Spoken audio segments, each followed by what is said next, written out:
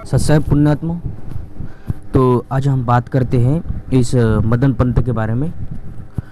तो जिस तरह का माहौल बना हुआ है, जिस तरह का माहौल इन मदन पंतियों ने बना रखा है, काफ़ी लोगों को मूर्ख बना चुके हैं अपनी मीठी मीठी बातों में। तो ये क्या करते हैं कि जैसे इनके ज्ञान से कुछ मिलती जुलती जो वाणी है कबीर साहब की, जो जिन महापुरुषों ने वाणी बोली है अपने मुख कमल से, उस वाणी को ये लेते हैं। लेकिन क्या है कि वाणी तो सत्य है जो वो बोलते हैं, जिन्होंने बताया है। अब संतों की वाणी में आत्म ज्ञान भी है और परमात्म ज्ञान है, दोनों ज्ञान है। संतों की वाणी में मूल ज्ञान भी है।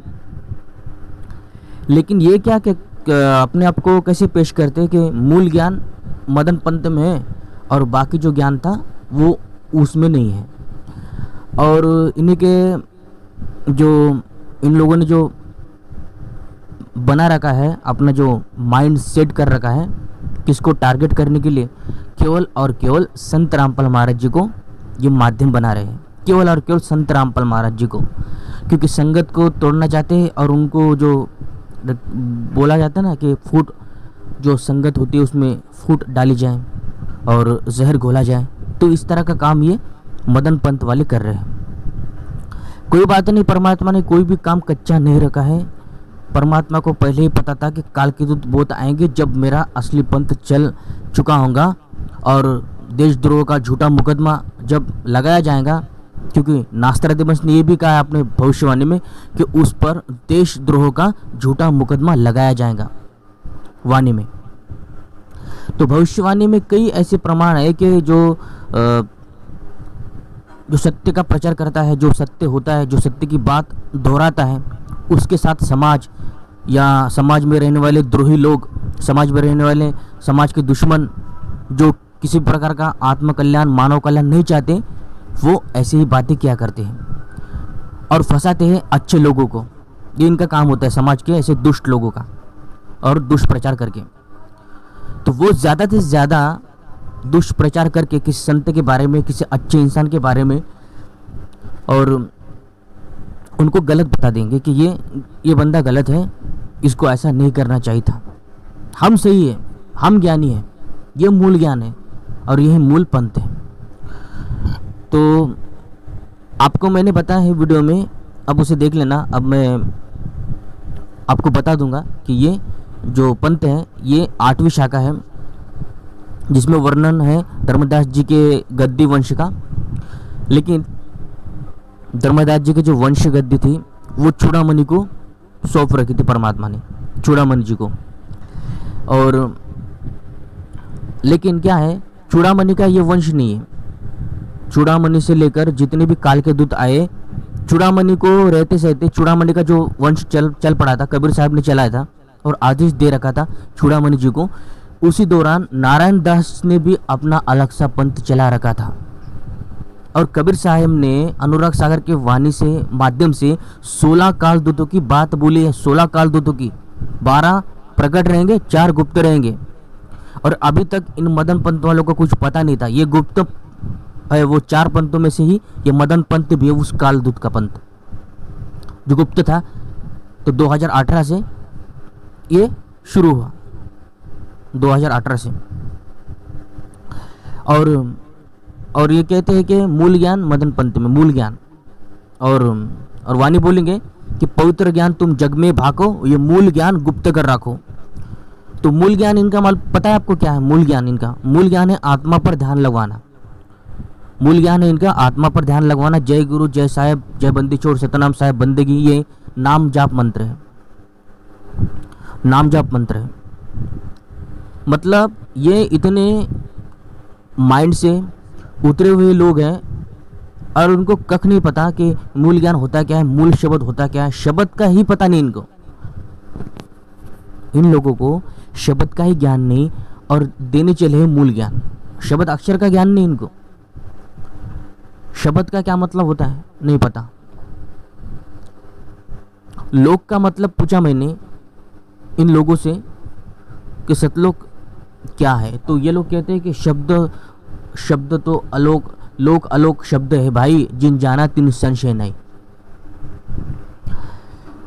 अब जितने भी लोग हैं, सतलोक कहो, स्वर्गलोक कहो या ब्रह्मलोक कहो या अक्षर पुरुष का लोक कहो, जो कोई लोक है वो शब्द में समाया हुआ है, शब्द से संबंधित है। वो जो जिस शब्द को जान लेता है वो उसी लोक को प्राप्त कर लेता है जिस लोक का वो शब्द होता है। और शब्द एक विनाशी होता है और एक अविनाशी शब्द होता है। जो सत्य शब्द है वो अविनाशी है, और जो काल के जो शब्द है, जो काल के मंत्र हैं, जो काल के जो जाप है, वो है विनाशी। तो विनाश के भी मंत्र आप प्राप्त करके उस शब्द को प्राप्त कर सकते हैं जिस शब्द से आप काल के लोक में ही फंसे रहोगे। स्वर्ग आदि ब्रह्मलोक, इन लोकों में आप चले जाओगे, लेकिन सत्य शब्द मिलने के पश्चात, कबीर साहब का नाम मिलने के पश्चात आप सतलोक चले जाओगे, इसमें भी कोई संशय नहीं है। और ये कहते हैं कि मूल ज्ञान मदन पंत में दे रखा है, मूल ज्ञान गरीबदास महाराज जी के पंथ में नहीं था। और संत रामपाल महाराज जी को ये 12वें पंथ का 12वें पंथ से आए हुए मानते हैं, मतलब 12वें पंथ से उनका लिंक है ये मानते हैं। अब गरीबदास महाराज जी को आए हुए कितने पीढ़ियाँ दर पीढ़ियाँ बीत चुकी है गरीबदास जी को, महाराज को आते हुए। और एक वाणी है कबीर साहब की जो कबीर सागर का अंग है, उसमें कालदूत हंस मुनि की है ना, द्वादश पंथ का जो वर्णन किया गया है। तो वो क्या कर रहे हैं कि वो वाणी ले रहे हैं और वो वाणी संत रामपाल महाराज जी पर जोड़ते हैं, संत रामपाल महाराज जी पर। अब इनको ये नहीं पता कि ये कालदूत हंस मुनि कौन है, उस लाइन का भाव ही नहीं समझ पाई है। हम अगले वीडियो में आपको बताएंगे कि हंस मुनि कालदूत कौन हो सकता है और किस तरह के वाणी का भाव है और वाणी का सार क्या है, बताएंगे आपको। लेकिन इस पर चर्चा करनी आवश्यकता थी। जो मूल ज्ञान क्या है इसको आप समझो, और मूल पंथ कौन सा है इसको भी आपको समझना है। जैसे मदन जी की जो 8वीं शाखा है, बढ़िया गद्दी है, 8वीं शाखा है, वो ध्यान रखना। मैं बता भी रहा हूँ और वीडियो में तस्वीर आपको बता रहा हूँ, तस्वीर के माध्यम से उस किताब की तस्वीर, उस पुस्तक की किताब की तस्वीर आपको मैं दिखा रहा हूँ, जिसमें लिखा है साफ साफ, जो पॉइंट टू पॉइंट है। आप शुरुआत से लेकर, प्रथम से लेकर 8वीं गद्दी तक देखो, तो वहाँ पर मदन जी का नाम लिखा है, 8वीं गद्दी मदन जी की है। और इनके शिष्य से मैंने जब सवाल जवाब किया कमेंट के द्वारा, ये चैनल पर आ रहे हैं क्योंकि इनको पता लग चुका है कि कोई झाड़ा ले रहा है हमारा मदन पंत वालों का और इस पर वीडियो कोई डाल रहा है। तो ये लोग क्या कर रहे हैं, उल्टे सीधे कमेंट कर रहे हैं कि ये सवाल कर रहे हैं, ये सवाल पूछते हैं, आधी अधूरी वाणी शब्द लेते हैं और हमसे सवाल करते हैं। जब हमने सवाल इनसे पूछना प्रारंभ किया तो उसका जवाब इनके पास नहीं है,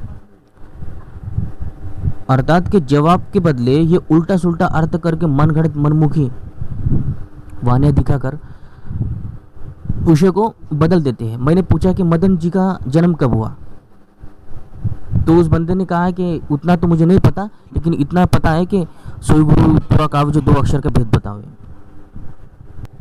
दास ने हर मदन पंथी वाले से ये सवाल किया कि मदन जी का जन्म कब हुआ, ये तो बताओ भाई। तो उन्होंने, किसी ने भी आज तक जवाब दिया ही नहीं, और हमसे सवाल जवाब करते हैं कि ये रामपाल महाराज जी का पंथ 12वां पंथ है। अब इनको 12वें पंथ के बारे में कख नहीं पता, गरीबदास महाराज जी के बारे में कख नहीं पता, कबीर साहब के बारे में कख नहीं पता, शब्द के बारे में कख नहीं पता, मूल ज्ञान के बारे में भी कख नहीं पता। तो इनको भाई पता क्या है, नकली पंथ, नकली मदन पंथी को अपने गुरु का जन्म दिन नहीं पता, कुछ नहीं पता इनको, और लगे हैं ज्ञान का प्रचार करने के लिए। जो आते हैं इन मदन पंथों में गुरु बन जाते हैं, जल्दी से इनको गुरु की वो पद मिल जाता है इनको, इसलिए सब ज़्यादा से ज़्यादा लोग मदन पंथ को ज्वाइन करते हैं क्योंकि गुरु पद मिल जाता है कि भाई तू प्रचार कर, तू अब ज्ञानी बन चुका है, मूल ज्ञान को समझ चुका है, और ज्ञानी प्रचार कर। और वाणियाँ वही दिखाएंगे जो इनके संत प्रवर्तक ने बना रखे हैं, जो वाणियाँ बोली है वही वाणियाँ दिखाएंगे। लेकिन आपको बता दूं कि मूल ज्ञान गरीबदास महाराज जी के पंथ में ही है, और मूल ज्ञान के बारे में गरीबदास महाराज जी ने अपने सदग्रंथ साहिब में पहले से ही प्रमाण दे रखा है, लेकिन इन कालदूतों ने उसको स्वीकार नहीं किया या इनको नहीं पता है। तो आपको दिखाती है सदग्रंथ जो साहिब है ना, उसमें गरीबदास महाराज जी के पंथ में, जो गरीबदास महाराज जी का पंथ था वो 12वां पंथ था, तो उसमें 12वें पंथ में ही मूल ज्ञान गरीबदास महाराज जी ने दे रखा है, उसमें कोई संशय नहीं है। अब ये देखिए मूल ज्ञान, अब मूल ज्ञान में क्या क्या दे रखा है ये आपको जानना है।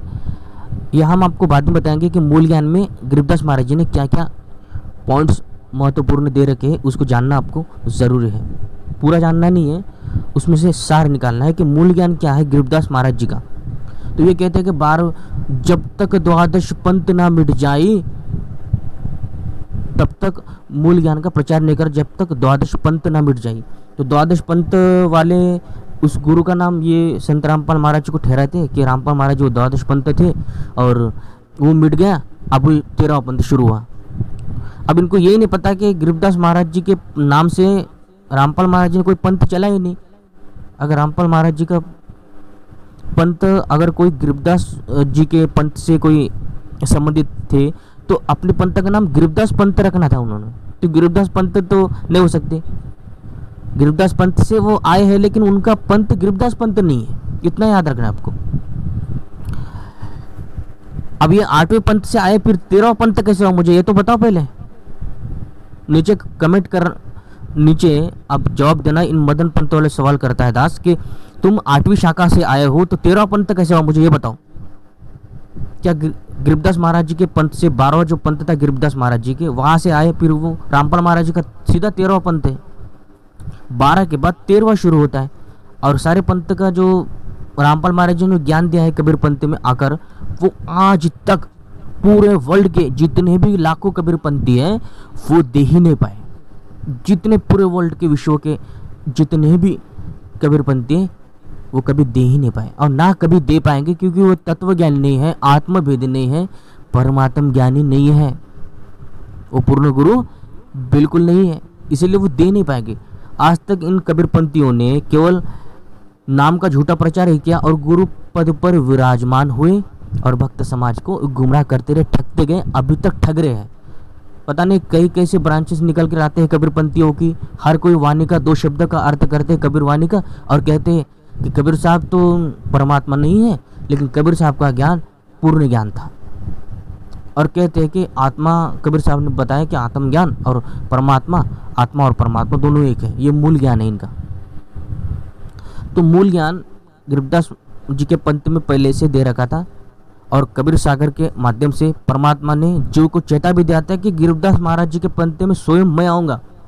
मैं यानी कि कबीर साहब गरीबदास महाराज जी के पंथ में स्वयं आएंगे, ऐसा वचन दिया था। लेकिन क्या किया इन लोगों ने, काल के दूतों ने वाणी को बदल दिया। यहाँ पर भी इन्होंने गड़बड़ी कर रखी है।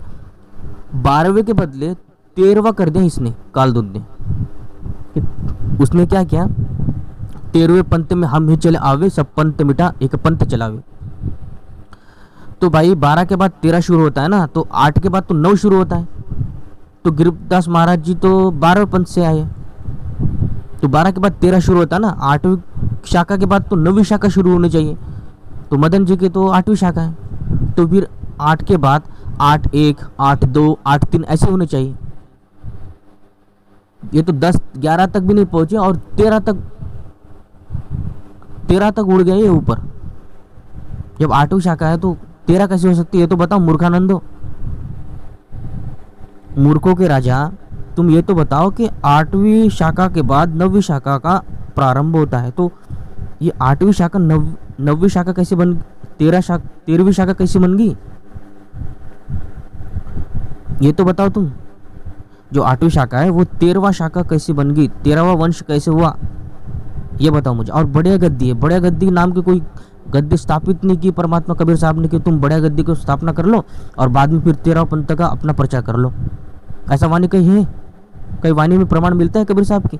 नहीं मिलता है, क्योंकि ये कालदूत का ही ज्ञान है, उल्टा सुल्टा ज्ञान देना, आपको गुमराह करना, तोड़ना और भक्त समाज को भटका के रखना। अरे आदिली असल कबीर है चारों युग प्रमाण, ये झूठ गुरु मर गए हो गए भूत मसान।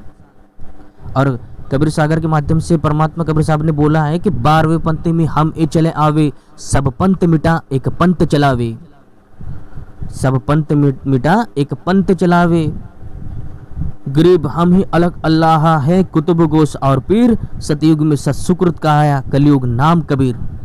गरीबदास महाराज जी ने कहा कि मैं ही कबीर हूँ और मैं ही अल्लाह हूँ और मैं ही सत्सुकृत हूँ।